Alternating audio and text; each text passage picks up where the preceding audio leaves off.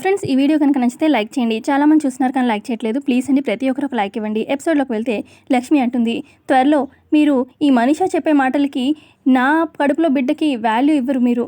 ఎందుకంటే మీకు మనీషానే ఎక్కువ కదా.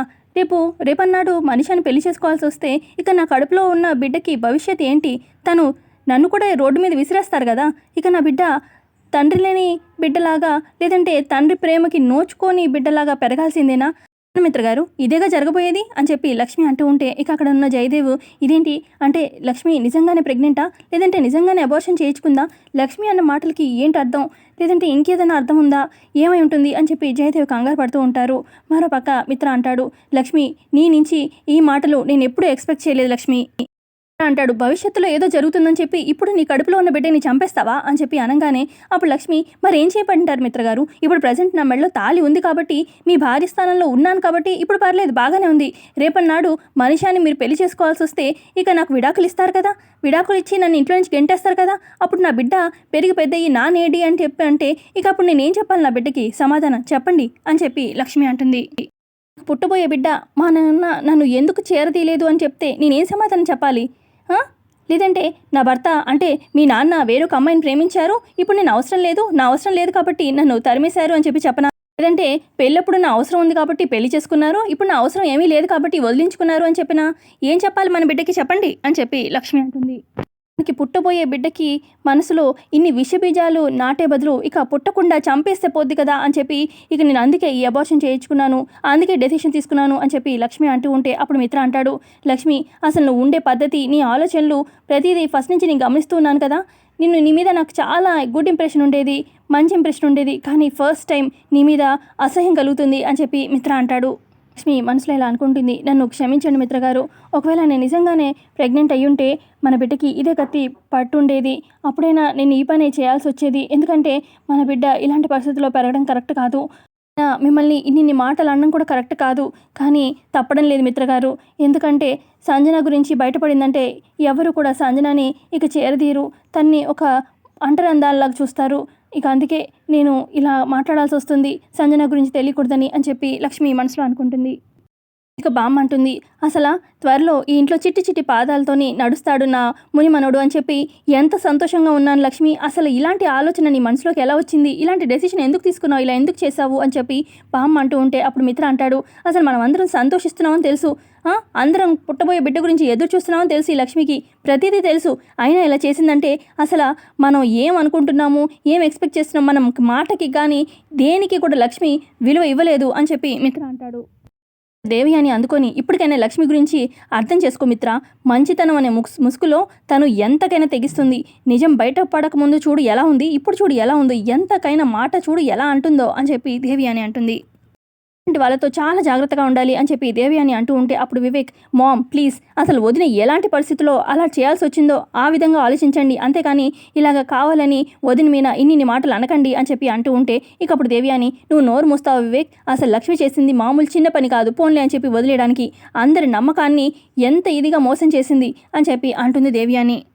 మిత్ర అంటాడు, అసలు నువ్వు ప్రెగ్నెంట్ అయిన దగ్గర నుంచి మేమంతా ఎంత సంతోషంగా ఉన్నావు లక్ష్మి. అసలు నీలో ఫస్ట్ నుంచి నేను గమనిస్తూనే ఉన్నాను, తల్లి అవుతున్నావు అని చెప్పి ఏమాత్రం సంతోషం కానీ ఆ ఆరాటం కానీ నీలో ఎప్పుడు కూడా కనిపించలేదు. మేము మాత్రం ఎంత ఆరాటపడుతూ ఉన్నామో.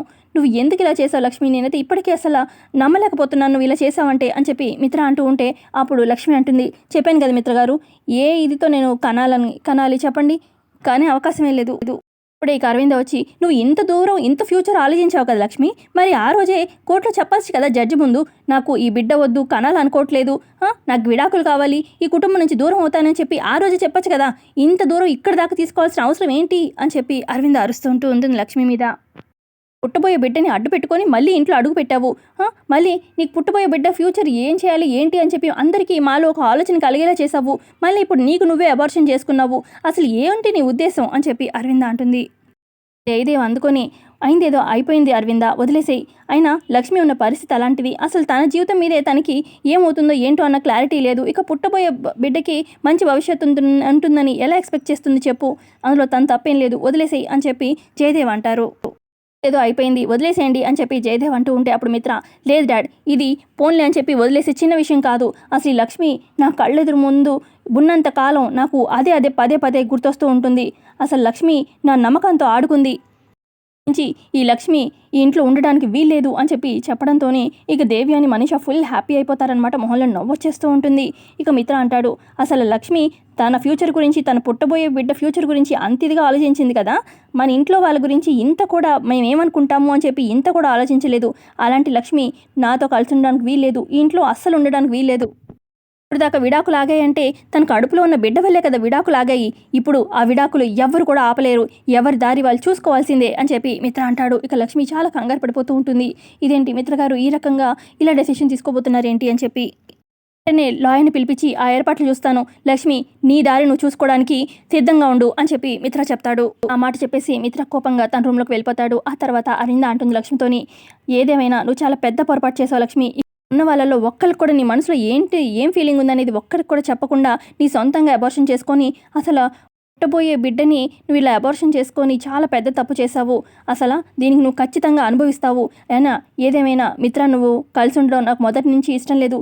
సరే ఈ రూపంగా అయినా మీరు విడిపోతున్నారు, నాకు అదే చాలు అని చెప్పి ఇక అరవింద కూడా కోపంగా అక్కడి నుంచి వెళ్ళిపోతుంది.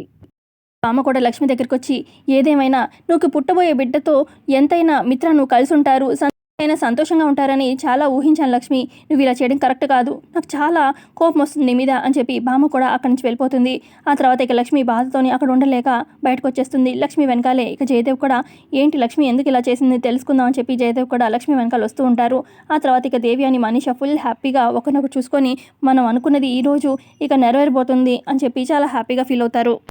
బయటకు వచ్చి మిత్ర అన్న మాటలు తలుచుకుంటూ ఉంటుంది. ఇక జయదేవ్ వచ్చి ఏంటి లక్ష్మి అసలు ఇప్పుడు దాకా మనీషా అన్న మాటలకి ఇది కాదు నేను ప్రెగ్నెంట్ కాదని చెప్పలేదేంటి, లేదంటే నిజంగానే నువ్వు కడుపుతో ఉండి అబార్షన్ చేయించుకున్నావా, ఏది నిజం నాకు అర్థం కావట్లేదు అనగానే అప్పుడు లక్ష్మి ఇప్పుడు దాకా మీరు నమ్ముతున్నది నిజం మామయ్య గారు, నేను ప్రెగ్నెంట్ కాదు అనగానే మరి అందరి ముందు నేను ప్రెగ్నెంట్ కాదని చెప్పకపోయావా, ఎందుకు ఇలా చేశావు అని చెప్పి జయదేవ్ అంటూ ఉంటే అప్పుడు లక్ష్మి నేను నోరు విప్పితే కొత్త సమస్యలు వస్తాయి మామయ్య గారు, అందుకే సైలెంట్గా ఉండిపోయాను అని చెప్పి అంటుంది లక్ష్మి. ఏంటో చెప్పు అని చెప్పి జయదేవ్ అండంతోనే ఇక లక్ష్మి నిజం చెప్పేస్తుంది. అసలు యాక్చువల్గా సంజన ప్రెగ్నెంట్ ఆకాష్ వల్ల, అయితే ఇక తను ప్రెగ్నెంట్ అని ఇక తను చావబోయింది, ఇక అప్పుడు కాపాడాను అనుకుండా తనకి దెబ్బ తగలడంతోనే కడుపుకి ఇక హాస్పిటల్ తీసుకెళ్తే ఇక అబార్షన్ చేయాలి అని చెప్పి డాక్టర్ చెప్పారు. ఇక తనకి పెళ్లి కాని అమ్మాయి, ఇక ఎందుకు తన పేరు హాస్పిటల్ రికార్డ్స్లో అని చెప్పి నా పేరు ఇచ్చాను. ఇక అది ఈ రకంగా మనీషా బయట పెట్టింది. ఇక అక్కడ నిజం చెప్పలేని పరిస్థితి, ఇక చెప్తే సంజన చిన్న చూపు చూస్తారు, అసలే పెళ్లి కావాల్సిన అమ్మాయి అని చెప్పి ఇక ఇలా సైలెంట్గా ఉండిపోయాను అని చెప్పి అనగానే అప్పుడు జయదేవ్ అసలు సంజన ఇలాంటి పని చేసిందంటే నేను జీర్ణించుకోలేకపోతున్నాను, ఇక ఇప్పుడు ముగిసిపోయింది కదా అని చెప్పి మీ విడాకుల గురించి అనుకున్నాను, ఇప్పుడు మళ్ళీ దాని గురించి ఇక విడాకులు అది ఇది అంటున్నారు మిత్ర వాళ్ళు, నాకు చాలా భయంగా ఉంది లక్ష్మి, మీ ఇద్దరు ఎప్పుడు కలిసి ఉండాలి మిత్ర, నువ్వు ఏం చేయాలి అని చెప్పి జయదేవ్ అంటారు. నువ్వు ఇంట్లో నుంచి వెళ్ళిపోతే ఈ ఇల్లు అంధకారం అయిపోతుంది, మిత్రకి మళ్ళీ గండాలు మొదలవుతాయి, ఏం చేయాలో అర్థం కావట్లేదు అని చెప్పి జయదేవ్ తలపెట్టుకుంటారు. ఇక లక్ష్మి కూడా ఇక నేను మిత్రగారి జీవితంలోంచి వెళ్ళిపోతే మిత్రగారికి అన్ని గండాలు స్టార్ట్ అవుతాయి, ఏం చేయాలి అని చెప్పి లక్ష్మి కూడా ఆలోచిస్తూ ఉంటుంది. మరోపక్క మనీషా ఫుల్ డ్యాన్స్ వేస్తూ ఎంజాయ్ చేస్తూ ఉంటుంది. దేవి అని వస్తుంది, ఏంటి మనిషి అంత సంతోషంగా ఉన్నావంటే, ఏంటంటే మీకు తెలీదా నా సంతోషం గురించి, లక్ష్మి వెళ్ళిపోతుంది మా జీవితాల్లోంచి, రేపే హ్యాపీనెస్ రాబోతుంది నా లైఫ్లోకి, ఇక ఎన్నాళ్ళ నుంచి ఎదురు చూస్తున్నాను అని చెప్పి అనగానే అప్పుడు దేవి అని పోన్లే మనీషా నువ్వు ఎక్కువ పూజలు చేయకపోయినా లక్ష్మిలాగా దేవుడు నీ కోరిక విన్నాడు అని చెప్పి అంటుంది. మనీషా అంటుంది నా ప్రేమే ఒక పూజ లాంటిదంటే అందుకే ఆ దేవుడు నా కోరికని విన్నాడు అని చెప్పి అంటూ ఉంటుంది. మరోపక్క లక్ష్మి తన రూమ్లో ఏడుస్తూ ఉంటుంది, ఏం చేయాలో అర్థం కాక.